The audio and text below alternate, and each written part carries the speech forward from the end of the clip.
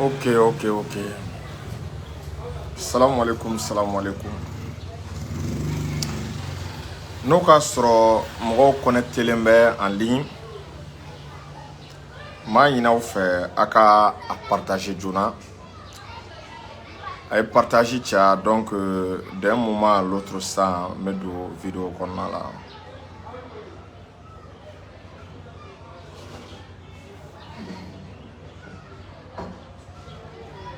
Ok.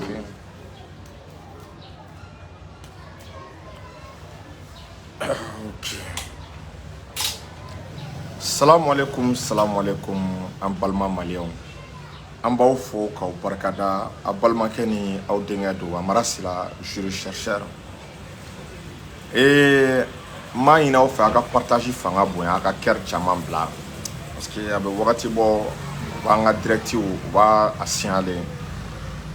ko Macron yɛrɛ ko ka an kɛlɛ réseaux sociaux sanfɛ donc a ye cœur bila a ka voilà partage caya. An bɛna an da don sujet ba fila ka se sujet ba saba ma. A sujet ninnu a bɛɛ nafa ka bon kojugu. Fɔlɔ erreur dɔ bɛ yen Assimi ka erreur in éviter. An y'a ye kunu Assimi Union européenne a représentante Assimi a reçoit a ma diya an ye. An bɛna an da don o la kun jumɛn na a ma diya an ye. Parce que an bɛ transition dɛmɛ ni fili min b'a la an bɛ a fili an b'a fo an t'an datugu fili kan. O tɛmɛlen kɔ comme Macron ani journaliste français bɛ ɲɔgɔn na parce que Macron ko ka fɛɛrɛ sugu bɛɛ kɛ k'aw mana kuma fɔ ko RFI ni France 24 ninnu ko ka olu kɔ kan. An bɛna an da don o la olu bannen bɛ o ma o murutilen bɛ kɛlɛ b'u ni ɲɔgɔn cɛ.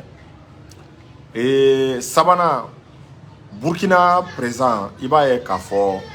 Paul-Henri Damiba bɛ actuellement Bamako yan. A nana bɔ an bɛ ka rumeur ni nouvelle caman mɛn a ko la. An bɛna an da don o fɛnɛ la voilà ka o da aw tulo kan ni analyse minnu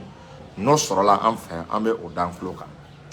Mais an tɛ vidéo in daminɛ n'an m'an ka serifukɛ fo Cheikh Tiyami Ayidara kabako fura tigi. Ala ye serifukɛ sɔn kabako fura la fura min n'a ka ɲi bana baden ma tension diabète furudimi rein dimi kɔdimi serifukɛ a ka fura ka ca a bɛ bana min furakɛ a ka ca a ka numéro ye 78 03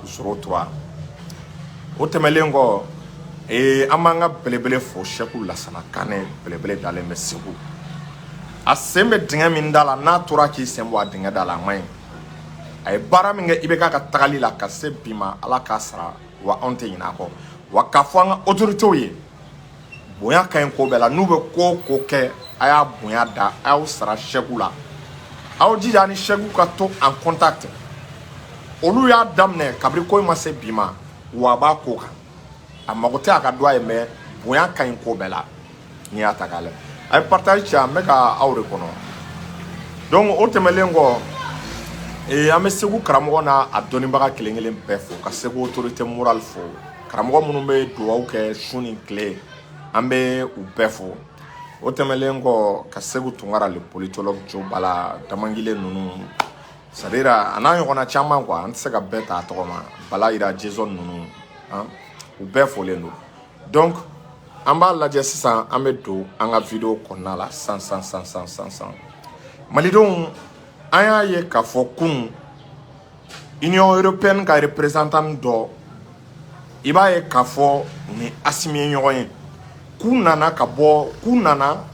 u ni Assimi kan ka ye u ni Assimi ye ɲɔgɔn ye kɛ kun jumɛn na ko accord d'Alger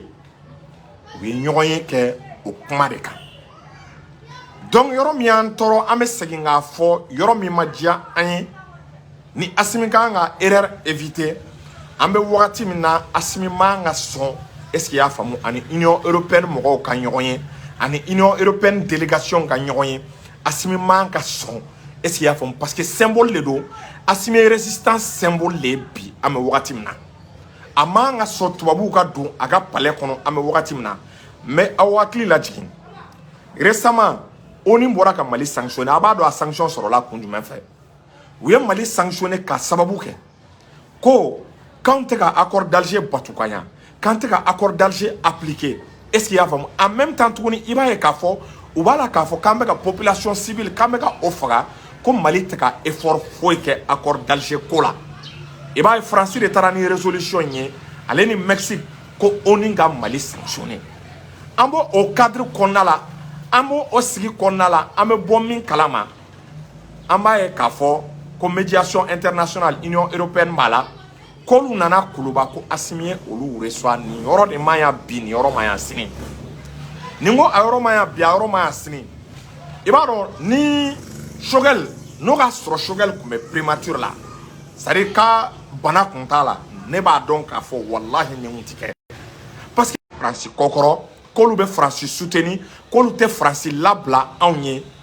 ko France bɛ ka baara o baara kɛ Union européenne y'a yira k'a fɔ k'olu bɛ France kɔ k'u b'a soutenir k'u tɛ France labila donc Assimi kan ka to olu ye curiosité de ye Assimi kan ka to olu ye dogo de ye n y'a ye n'u nana n'u ni premier ministre ye ɲɔgɔn ye Abdoulaye Maïga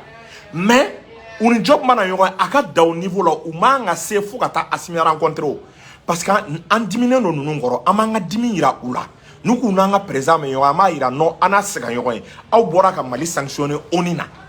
hali sisan Union européenne ka sanction bɛ an kan donc anw tɛ se ka foyi espérer Union européenne kan anw tɛ se ka foyi espérer est-ce que y'a faamu médiation kan k'olu bɛna se ka fɛn lase k'olu bɛ kɛ sababu ye ka fɛn lase Mali ma donc président kun man ka sɔn cogo si la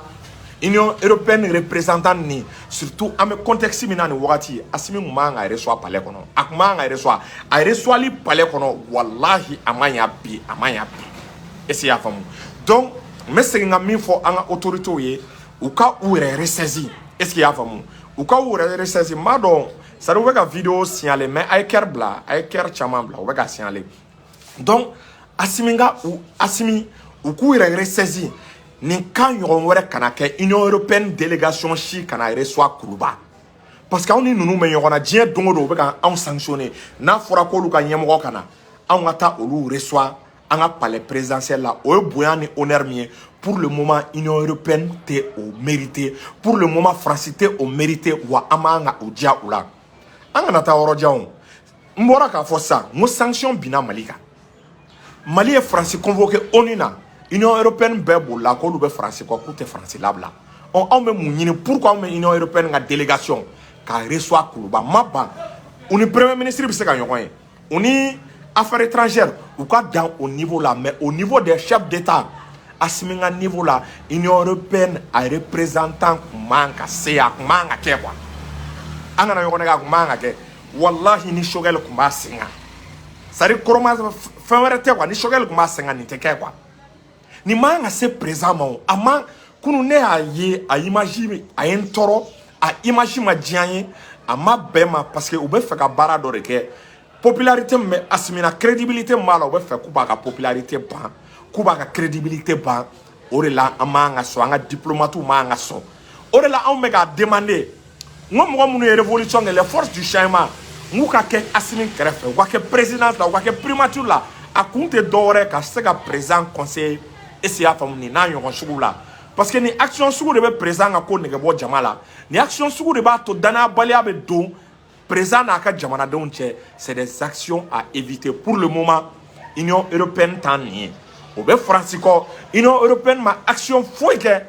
min b'a yira k'a fɔ k'olu bɛ fɛ ka rapprocher Mali la k'u tɛ ka France ka ligne k'u tɛ ka o suivre donc n'u nana u kun ka to premier ministre ka niveau la u kun ka to Abdoulaye Diop ka niveau la mais Union européenne représentant kun man ka taa Assimi fɛ wallahi a man ɲi a ye nin yɔrɔ fɔ président ye an bɛ transition dɛmɛ mais wallahi an bɛ tiɲɛ fɔ ni ni action cayara kelen fila saba a bɛɛ ni ala ni kira cɛ maliyɛnw bɛ douter mais n bɛ aw ɲininka o ka Choguel to sur place hali ni fa kun donna Union européenne na u tɛ sogo yɛrɛ k'u bɛ Assimi ye parce que Choguel bɛ Assimi protéger de c'est-à-dire fɛn o fɛn n'a ma ɲi Assimi ka image ma Choguel tɛ sɔn ka taa présidence la ko n'a bɛ kɛ sababu ye ka confiance bɔ Assimi ni jamanadenw cɛ i b'a ye Choguel bɛ fɛɛrɛ kɛ k'o ko éviter i m'a ye mɔgɔw bɛ ka mun de fɔ ko est-ce que y'a faamu Choguel taara dɔrɔn automatiquement Assimi ni tubabuw bɛ ka ɲɔgɔn rencontrer a image ma ɲi an bɛ wagati min na doute man kan ka installer en esprit la ni bonya ni honneur Union européenne a mérité biota mérité sini ça ni bonya honneur min taraka dawka parce que chef d'état a rencontré moi bonya ni honneur de ni dimine no jamana dokoro imanga son ni mais awakli jigon ni tubabu tara pour que ni Poutine nga yoy kabako suku beredo e ba non Poutine yoy a dola ere ba Poutine met tableau dossier a tableau la distance mon yorontia avec 10 mètres est-ce qu'il y a vraiment au beka ira kandimine no au beka ira ko tubabu beka bara minke ka bara ka amandi disons ka bara mandi oui donc ne be mi forcer ça pour que quand le chapitre clôturé ni kan yo rebeka a fo job ye koni Union européenne mo nana France ga délégation ngana Allemand nga délégation ngana ko ala kama o kana sena ya asimi fe ou ka dans affaires étrangères là ou ka dans est-ce qu'il y a famu primature là akada premier ministre ni affaires étrangères ma ni Union européenne be fait unanga collaborer nous be fait ka asimi d'abord les sanctions min bi asimi nga ku ka sanction wili nous be fait ka asimi o sanction min bi asimi nga ku ka sanction wili est-ce qu'il y a famu et à toi boto flengono ni Allemagne me fait ka asimi Union européenne sanction min bianga pourquoi sanction wili nous be fega assimiller a demandé ngani France ka sigi ka foke face à face onina onko Union européenne ka a France wele kana France ni Mali ka sigi face à face la onina beki ka dalubo nous yo ke wakati na nous nana uni assimi mi se ka yoy mais on ma barakanye dien dongodo be ka torchoro en même temps on nana cadre mina ce qui est dramatique même mi foyer ce qui est dramatique est-ce qu'il y a famu awa kalama koni Union européenne ani médiation minana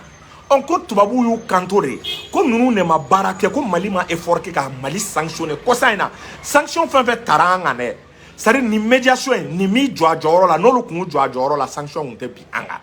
et amo o dimina o dimima bo anka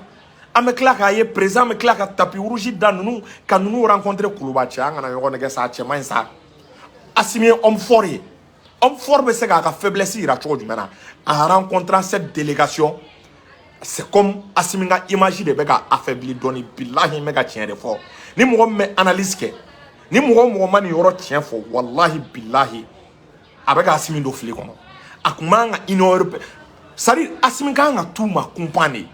nous be fega asimier condition do de be ayeli ka no ay sanction bo anga ay ti di rebelu mo ku clé et c'est ya fam a fo français a Union européenne obligée kane Mali ka sigi ka foke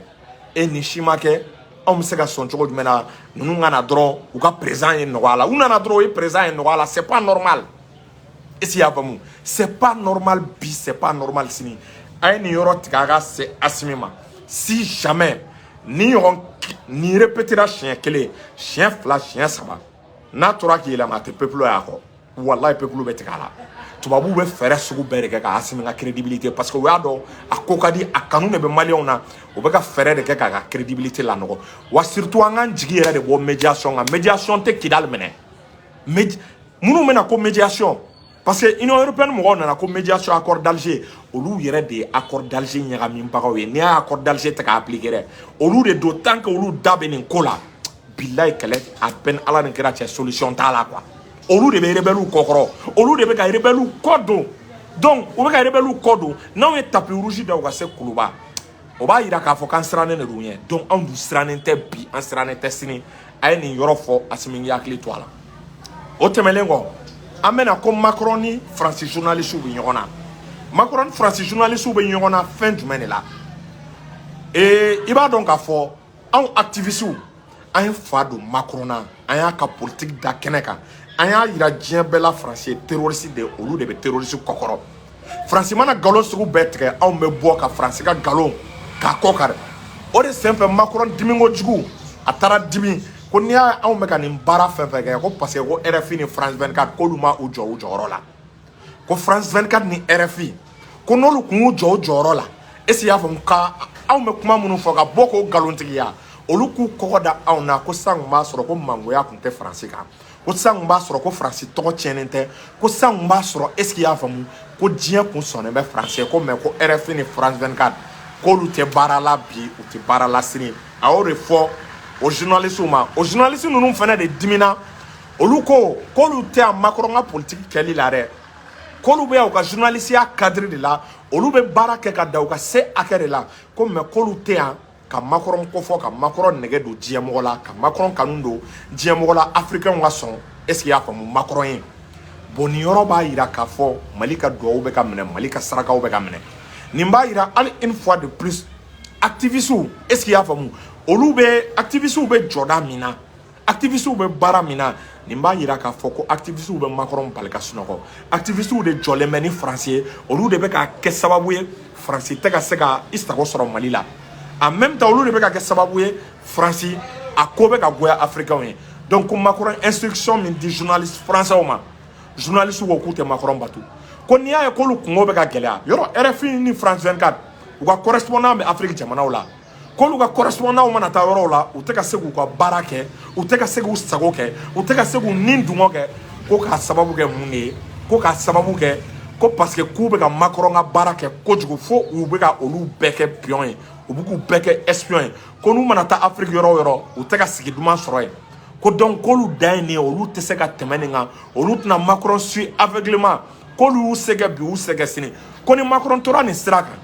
i b'a ye k'a fɔ RFI ni France 24 u bɛ diɲɛ jamana yɔrɔ o yɔrɔ surtout Afrique i b'a kalama k'u ka radio so bɛ datugu diɲɛ fan bɛɛ Mali ye africain bɛɛ de ɲɛ yɛlɛ Mali ye africainw la muruti k'u su k'u bila France la Mali ye africainw est-ce qu'il y'a faamu a ye a tɔgɔ bɔtɔ filɛ kɔnɔ a y'u ɲɛ yɛlɛ wa fanba kɛra réseaux sociaux de la réseaux sociaux de kɛra base bi Macron ka objectif ka fɛɛrɛ sugu bɛɛ de kɛ réseaux sociaux a influence bɛ se ka dɔgɔya cogo min na anw activistes anw bɛ se ka dɛsɛ k'an ka baara kɛ cogo min na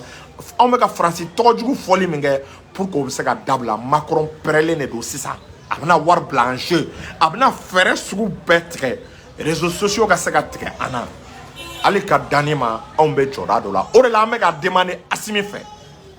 a ɲini i n'i ka activistes ka gɛrɛ ɲɔgɔn na les forces du changement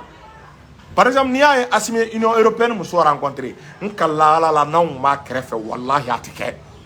i entouré forces du changement na ko bɛ sira la n'i ko k'i bɛ taa fɛ dɔrɔn i bɛ mɔgɔw sɔrɔ mɔgɔ minnu b'a f'i ye non président kana taa nin fɛ n'i taara nin fɛ nin man di peuple ye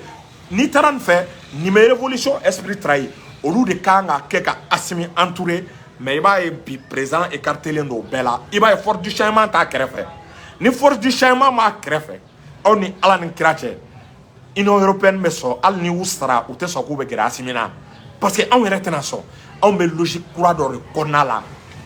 an ka problème bɛɛ ye tubabuw de ye an bɛ tubabuw bila sinon Afrique tɛ avancer anw b'o logique de kɔnɔ ɔ mɔgɔ min b'o logique kɔnɔ o de bɛ ka kɛ sababu ye k'e ka fanga sinsin ni e y'i écarté o la diɲɛ don o don olu de tɔgɔ bɛ Macron na ko ka fɛɛrɛ kɛ ka olu ka influence réduit ko journaliste français ka olu report n'aw bɛ ka écarté o la k'a ka distance ta souvent an b'an yɛrɛ ɲininka aw bɛ changement jumɛn de kɔ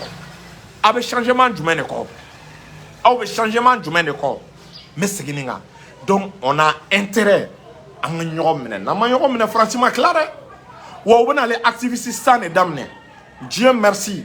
ni Ala sɔnna ma kuma Ala ɲin'a ma France ka dɔrɔmɛ kelen a tɛ s'anw kɔnɔ anw tɛ kɛ France fɛ fo ka min kɛ an tɛ k'u fɛ mun na parce que Afrique retard Mali retard France de nɔ don mais bɛɛ ti ko anw bɛɛ ti ko anw en même temps activistes kan ka protéger n'an m'u protéger ni France dɛsɛra a ma se k'u savoir la France kariyalen bɛ ka kojugu kɛ activistes la wallahi billahi a kariyalen bɛ ka kojugu kɛ activistes la n bɛ segin a kan a ye nin yɔrɔ a y'a ci Assimi ma est-ce que y'a faamu France kariyalen bɛ ka kojugu kɛ activistes la les activistes doivent être protégés u ni président ka baara kɛ u n'u ka gɛrɛ est-ce que y'a faamu u ni gouvernement in ka baara kɛ les forces du changement u n'u ka baara kɛ parce que ni force du changement ma gɛrɛ Assimi na u n'a ka baara kɛ à 100% ne sirannen bɛ an ka révolution kana échouer quoi parce que Union européenne ninnu ka to ka gɛrɛn ta an ka to ka ouverture dɔw kɛ an kana ɲɔgɔn nɛgɛ tôt ou tard maliyɛnw bɛ commencer wallahi u bɛ ɲugu fanga la maliyɛnw bɛ commencer u bɛ ɲugu fanga la parce que changement na anw ka changement esprit la i b'a kalama an k'an ka banque mondiale ninnu bɛɛ ka juruta dabila i ye France jɛ o France bɛ baara o baara la Union européenne b'o baara de la wa banque mondiale FMI an k'an ka ninnu bɛɛ ka juruta de dabila sinon an m'an si kɛ fantanya la an m'an si kɛ an tɛ arrivé an m'an si kɛ ka baara kɛ ka di tubabuw ma bon o hakilina bɛ anw na imagine ni anw bɛ fanga kɛrɛfɛ Aw me fere de kɛ don o don ni hakilina ninnu a bɛ bila en application don o don président ka taa o direction fɛ président tɔ cɛ bɛ janya est ce que y'a faamu tubabuw la mais n'i y'a ye halisa tubabuw b'a fɔ k'u bɛ gɛrɛ président na parce que an t'a kɛrɛfɛ de o de la an b'a fɔ l'effort du changement u ka ɲi président kɛrɛfɛ wallahi n'u ma kɛ président kɛrɛfɛ mɔgɔ minnu bɛ yen wallahi i bɛ k'a ka mɔgɔkɔrɔ minnu bɛ président kɛrɛfɛ n'u ma président lasegin France ma ou bien k'an lasegin Union européenne ou bien k'an kɛ Banque mondiale ka jɔnya ka tigɛ n na wallahi n bɛ ka tiɲɛ de fɔ n bɛ ka kuma min fɔ a man di yɛrɛ mais c'est la réalité o tɛmɛlen kɔ an bɛna an ka sujet filanan n'o ye Burkina ye sujet laban Burkina président nana donc an bɛ ka nouvelle dɔw mɛn k'a nalen bɛ ka négociation kɛ 49 militaires ninnu Ivoire ka soldats minnu bɛ yan pour que u bɛ bila en matière de diplomatie internationale ne tɛ ban bilali tɛ problème ye mais u b'an ka kiiri ka bolo kan kiiri k'a ka décision rendi yɔrɔ min bɛ ne jɔrɔ nin yɔrɔ bɛɛ la o ye kiiri k'a ka décision rendi mɔgɔ ninnu accuselen bɛ fɛn min na kiiri k'i teliya ka kiiri tigɛ donc ni kiiri tigɛla ni président kan k'u gracier président kan k'u libérer cogo o cogo la président bɛ se k'o kɛ mais ni président tora ka ninnu bila surtout u bɛ kiiri ka bolo kan k'a sɔrɔ kiiri ma tranché o cɛman in fɛnɛ o tɛ image ɲuman an ka kiiri ma dɛ o b'an ka kiiri image fɛgɛya donc président yɛrɛ kan ka kiiri bonya parce que a bɛ constitution kɔnɔ donc président k'a to kiiri k'a ka baara kɛ donc u k'u teliya ka ninnu ka procès kɛ n'u ka procès kɛra président bɛ se k'u gracier o anw ka constitution de ye sariya di ka fanga di président ma est-ce que y'a faamu ko le président dispose du droit de grâce o kɔrɔ ye ko ni kiiri tigɛra ka ban n'a ye président diya kiiri tigɛra mɔgɔ min ka ɲɛkumu kan a bɛ se ka yafa o tigi ma n'a yafara i ma o kɔrɔ de ye i bɛ bila donc i bɛ bila donc ni kiiri tigɛra président mana yafa Ivoire soldat ninnu ma problème t'a la u bɛ bila donc ni Damiba nana u ka hadamadenya fɔ k'a balimaya fɔ je suis pas contre est-ce que vous voyez mais u k'a to Mali justice ka passer parce que armée bɛ ka monter en puissance la justice malienne aussi doit monter en puissance l'économie malienne doit monter en puissance l'école malienne doit monter en puissance an ka fɛn bɛɛ de kan ka taa ni puissance ye ɲɔgɔn fɛ o de bɛ kɛ sababu ye ka Mali kisi voilà donc ani n bɛ conseil laban min di c'est-à-dire Damiba n'a bɛ se ka coopérer Assimi bɛ se ka fɛɛrɛ kɛ k'a ni Irisiw gɛrɛ ɲɔgɔn na